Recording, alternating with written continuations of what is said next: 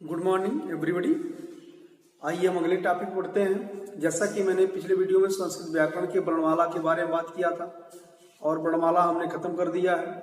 आइए हिंदी में वर्णमाला से संबंधित कुछ चीजें उसको समझ लेते हैं, उसमें भी थोड़ा सा हम बात कर लेते हैं, ठीक है। उसके बाद फिर हम धीरे धीरे आगे बढ़ते चलेंगे और धीरे धीरे सारी चीजों को पढ़ते चलेंगे। इस चैनल पर आपको आने वाले समय जीएस और साइको का भी आपको वीडियो मिलेगा, ठीक है। इसलिए जल्दी से जल्दी बहुत सारे लोग क्या करिए, इसको सब्सक्राइब करिए, शेयर करिए और पढ़ते रहिए यार, आनंद आएगा, ठीक है। आइए देखते हैं हिंदी में। सबसे पहले हम यहाँ पर भी बात कर लेते हैं, ठीक है। वर्णमाला वही बात हमने किया था, इसके पहले हमने बोली वगैरह आपसे बात कर लिया था। यहाँ पर हम वर्णमाला की बात करेंगे, ठीक है। तो ध्यान दीजिएगा, वर्णमाला वही चीज है, व्यवस्थित अक्षरों का व्यवस्थित क्रम, अक्षरों का व्यवस्थित क्रम, ठीक। वर्णमाला यही है। वर्णमाला क्या है? अक्षरों के व्यवस्थित समूह को या अक्षरों के व्यवस्थित क्रम को, ठीक है। हम क्या कहते हैं? व्यवस्थित क्रम या व्यवस्थित समूह को वर्णमाला कहा जाता है, ठीक है ना। अक्षरों का व्यवस्थित क्रम या व्यवस्थित समूह, ठीक है। इसके बाद मैंने आपको अक्षर बताया था। अक्षर क्या होते हैं कि ये मुख से निकली हुई छोटी से छोटी ध्वनि होती है।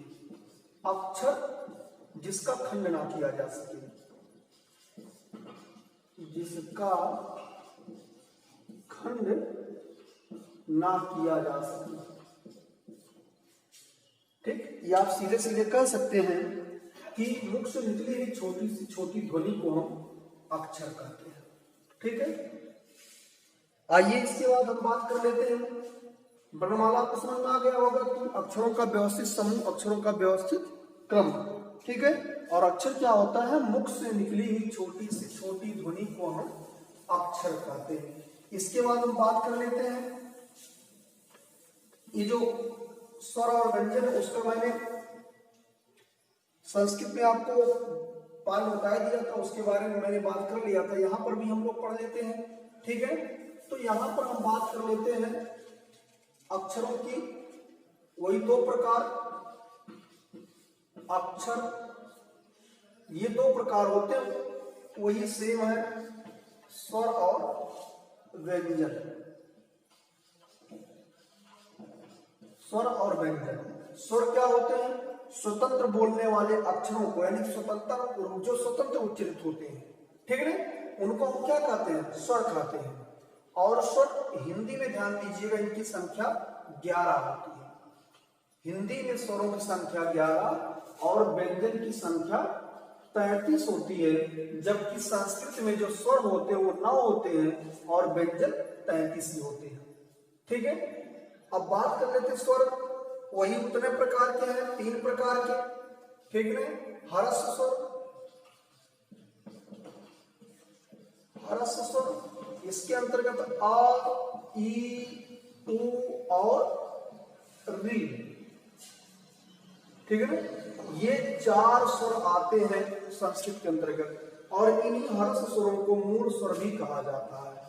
हरस्व स्वर, इनको मूल स्वर भी कहा जाता है। तो आपसे क्वेश्चन अगर कभी बन जाता, क्वेश्चन बन पड़े कि संस्कृत में कितने मूल स्वर होते हैं, तो संस्कृत में 5 होते हैं और हिंदी में 4 होते हैं। इस बात का ख्याल रहे, ठीक है। संस्कृत में मूल स्वर कितने होते हैं? 5 और हिंदी में कितने होते हैं? 4।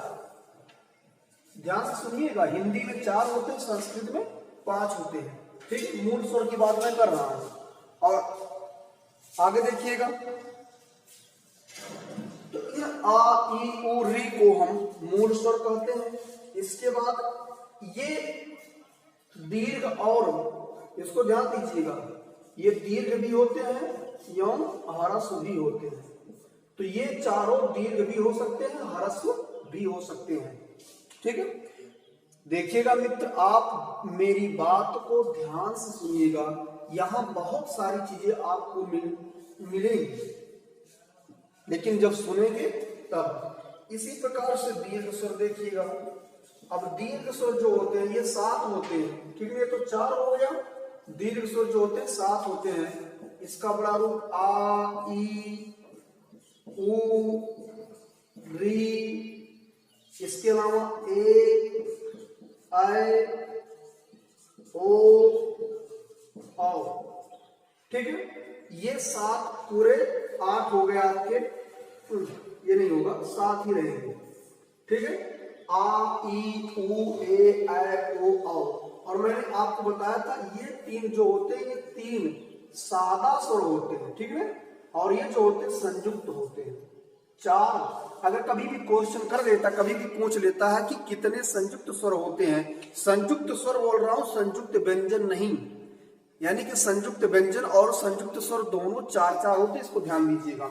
तो ये हो गए आपका संयुक्त स्वर हो गए। हाँ, इसको मैंने आपको संस्कृत वाले पाठ में मैंने बताया था कि इसको पढ़ते कैसे हैं। आई, आए, औ, आओ, आई, आए, औ, औ, यानी कि ये आई, आ, ई से मिलकर बना है, आए, आ, ए से मिलकर बना है, आउ, आ, उ से मिलकर बना है, आओ, आ, ओ से मिलकर बना है। तो इस बात का ख्याल रहे कि ये 4 संयुक्त स्वर होते हैं, ठीक है। इसके बाद एक और हम देख लेते हैं प्लुत वाला, ठीक है। प्लुत जो होता है धीरे धीरे इसको संस्कृत में ही पढ़ा जाएगा, हिंदी से इसको निकाल दिया जाएगा। अभी तो हम लोग प्लुत स्वर भी पढ़ते हैं हिंदी में, लेकिन आने वाले समय में हिंदी से प्लुत स्वर को गायब कर दिया जाएगा, विशेषतः और संस्कृत के लिए ही प्रयोग होता है, ठीक है। तो इसको आप ध्यान दीजिएगा। हिंदी में स्वर कितने होते हैं? 11। हिंदी में व्यंजन कितने होते हैं? 33, ठीक है। हिंदी में मूल स्वर कितने होते हैं? 4। संस्कृत में मूल स्वर कितने होते हैं? 5, ठीक है। आइए अब देखते हैं प्लुत स्वर, तीसरा प्रकार स्वर का प्लुत स्वर। ये प्लुत स्वर की मैं बात कर दूं कि इसको बोलने में 3 मात्रा का समय लगता है, 3 मात्रा का समय लगता है। जैसे अभी गांव में या कहीं भी लोग चिल्ला देते हैं हाय राम, ठीक है, या तुम्हारे यहां, तो ये जो हम बहुत देर तक बोलते हैं इसको प्लुत स्वर कहा जाता है, ठीक है। अब इसमें क्या होता है कि 3 मात्रा का समय लगता है। ह्रस्व में 1 मात्रा का समय, दीर्घ में 2 मात्रा का समय। जैसे संस्कृत में एक श्लोक है, श्लोक उसको मैं आपको सुना दे रहा हूं, याद कर लीजिएगा ये सब, ठीक है ना। लेकिन आप याद बहुत ज्यादा श्लोक पर मत जाइए, ठीक है। उसमें आप बोल दिया गया है कि एक मात्रो भवेत ह्रस्वो दीर्घे उच्यते 2 मात्रा, एक मात्रो ह्रस्व उच्यते भवेत, एक मात्रो भवेत ह्रस्व दीर्घे उच्यते 2 मात्रा, गेयो प्लुत 3 मात्रिका व्यंजनम च अर्धमात्रिका, ठीक है। यानी कि आपको याद करना कि ह्रस्व में 1 मात्रा होता है, दीर्घ में 2 मात्रा होता है और प्लुत में 3 मात्रा होता है। अगर व्यंजन में कभी भी पूछ लेता है कि व्यंजन में कितनी मात्राएं होती हैं तो आधी मात्रा होती है, ठीक है ना। इस बात का ध्यान दीजिएगा। अक्सर करके ये पूछ लिया जाता है कि व्यंजन की कितनी मात्रा होती है, तो आप क्या बोलेंगे? आधी मात्रा। एक मात्रो भवेत ह्रस्वो 2 मात्रो दीर्घ उच्यते गेयो प्लुत 3 मात्रिका अर्धमात्रिकम व्यंजनम च अर्धमात्रिका, ठीक है ना। यानी कि व्यंजन में अर्धमात्रिका, आधी मात्रिका होती है। आइए देखते हैं, थोड़ा सा हम इसको बहुत तेज पढ़ा रहे हैं, ठीक है, क्योंकि इसमें विशेष कुछ है नहीं, बस आप इसको ध्यान से सुनते जाइएगा। आइए हम बात कर लेते हैं स्वर के और प्रकार कैसे हैं, इनको अलग अलग तरीके से बांटा गया है, ठीक है। सबसे पहले मुख विवर के स्वर के प्रकार, स्वर का वर्गीकरण। स्वर का वर्गीकरण। अब ये स्वर का वर्गीकरण कई तरीके से किया गया है, इसको ध्यान दीजिएगा। पहली बात है मुख विवर के आधार पर, ठीक है। नंबर 1 मुख विवर के आधार पर। तो मुख विवर के आधार पर जो डिवाइड किया गया है,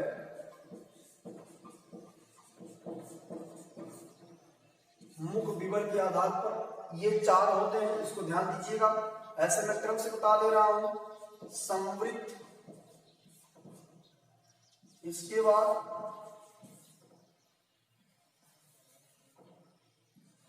अर्धसंवृत्त, अर्धसंवृत्त, इसके बाद अर्धविवृत्त, और फिर एक होता विवृत्त, डी वाला विवृत्त होता है, विवृत्त। ठीक। तो अब संवृत्त, इसको ध्यान दीजिएगा। कहेंगे सर ये संवृत्त, अर्धसंवृत्त, विवृत्त क्या होता है?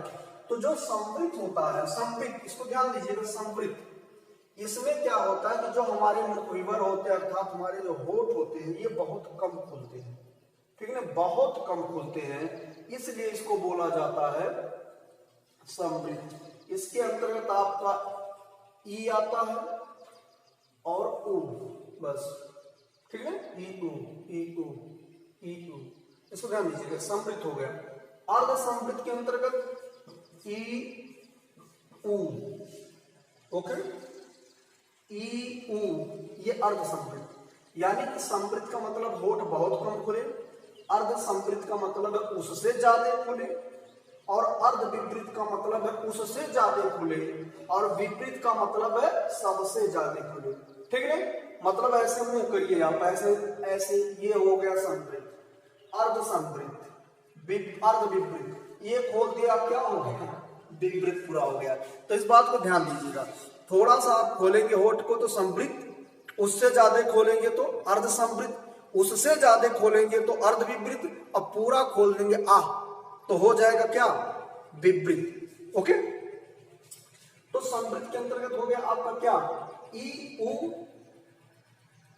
अर्धसंवृत्त में ई ऊ दीर्घ हो गया, अर्धविपरीत में अ ए ओ, अ ए ओ होता है, ठीक है। और विपरीत में आ ए और अ होता है। एक और आता है जिसको आगत स्वर कहा जाता है, ये इसको आगत स्वर कहा जाता है। तो समझ गए होंगे मुख विवर के आधार पर स्वर 4 प्रकार होते हैं। संवृत्त का मतलब थोड़ा सा खुले, इसमें ई ऊ है। अर्धसंवृत्त में उससे ज्यादा खुले, उसमें ई ऊ है। अर्धविपरीत में उससे ज्यादा खुले तो आ ए ओ है, और विपरीत में आ ए आओ, ये विपरीत है। ओके। फिर आगे देखते हैं हम इनका उच्चारण स्थान। मैंने तो आपको बता ही दिया था, फिर भी यहां बात हम कर लेते हैं, ठीक है।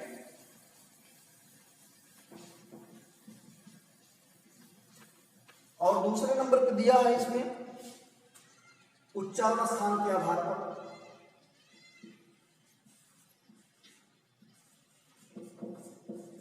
उच्चारण स्थान के आधार पर,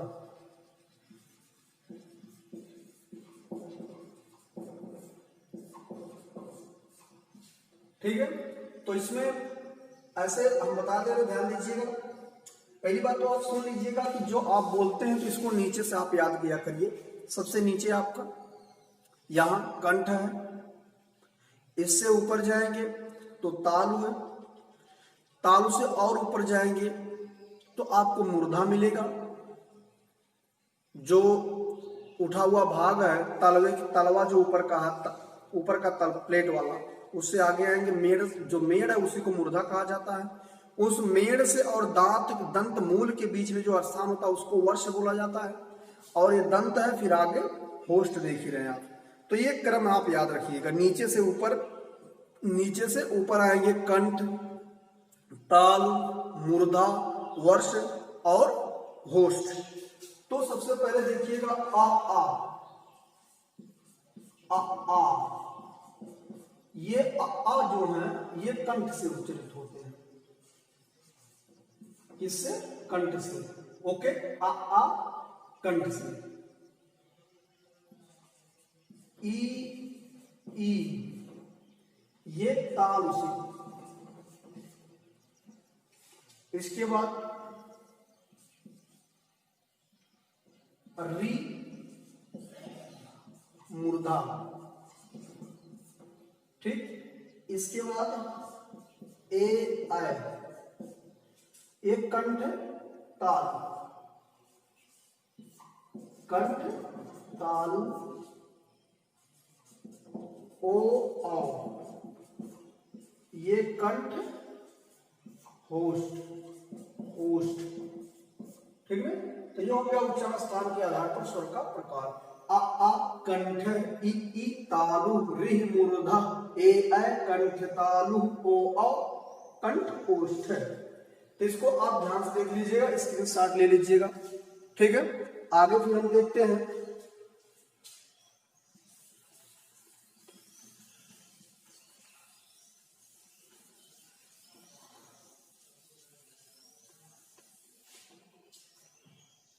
इसके बाद एक और देख लेते जीवा की स्थिति के आधार पर। जीवा की स्थिति के आधार पर,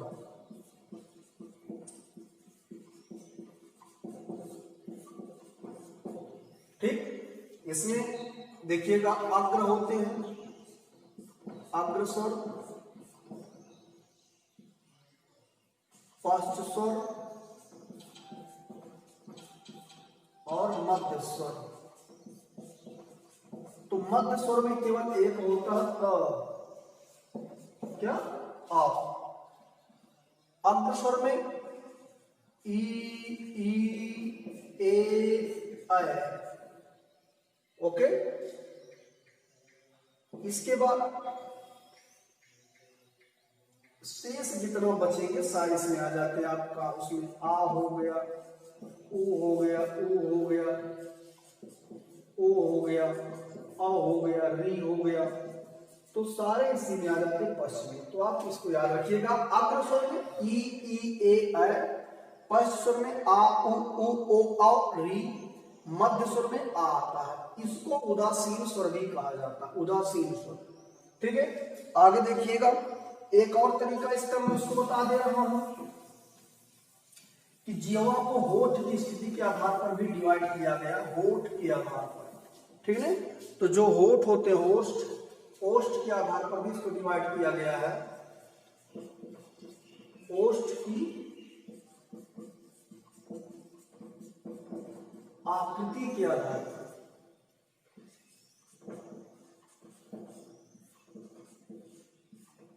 ठीक है। अब इसमें होस्ट की आकृति, इसको हम तो लिख दे रहे हैं, लेकिन आप सुन लीजिए। जैसे कुछ अक्षरों को आप बोलते हैं तो उसको वृत्ति आवृत्ति बोला जाता है। वृत्ति हो गया, आवृत्ति हो गया, और एक उदासीन। तो उदासीन में आता केवल आवृत्ति। इसमें देखिएगा ऊ ओ औ, ये जो होते हैं वृत्ति होते हैं। बाकी आ ई ए ऐ, ये आवृत्ति होते हैं। आवृत्ति का मतलब क्या है? जैसे आप अगर ओ बोलते हैं तो आपका जो होठ होता है उसकी आकृति गोल बन जाती है, ठीक है ना। ऊ बोलते हैं तब भी, ओ बोलते हैं तब भी, औ बोलते हैं तब भी। तो ये चारों जो अक्षर होते हैं वृत्ति होते हैं, और अ उदासीन होता है। बाकी शेष ई ए ऐ आ, ये आवृत्तीय स्वर होते हैं। ये तो था स्वरों का वर्गीकरण। इसके बाद हम देखते हैं व्यंजन का वर्गीकरण, ठीक है। थोड़ा सा वीडियो लंबा होगा, लेकिन यहां हम बात कर ले रहे हैं थोड़ा। व्यंजन को मैंने बता दिया, व्यंजन क्या होता है? जो स्वरों की सहायता से बोला जाता है, व्यंजन।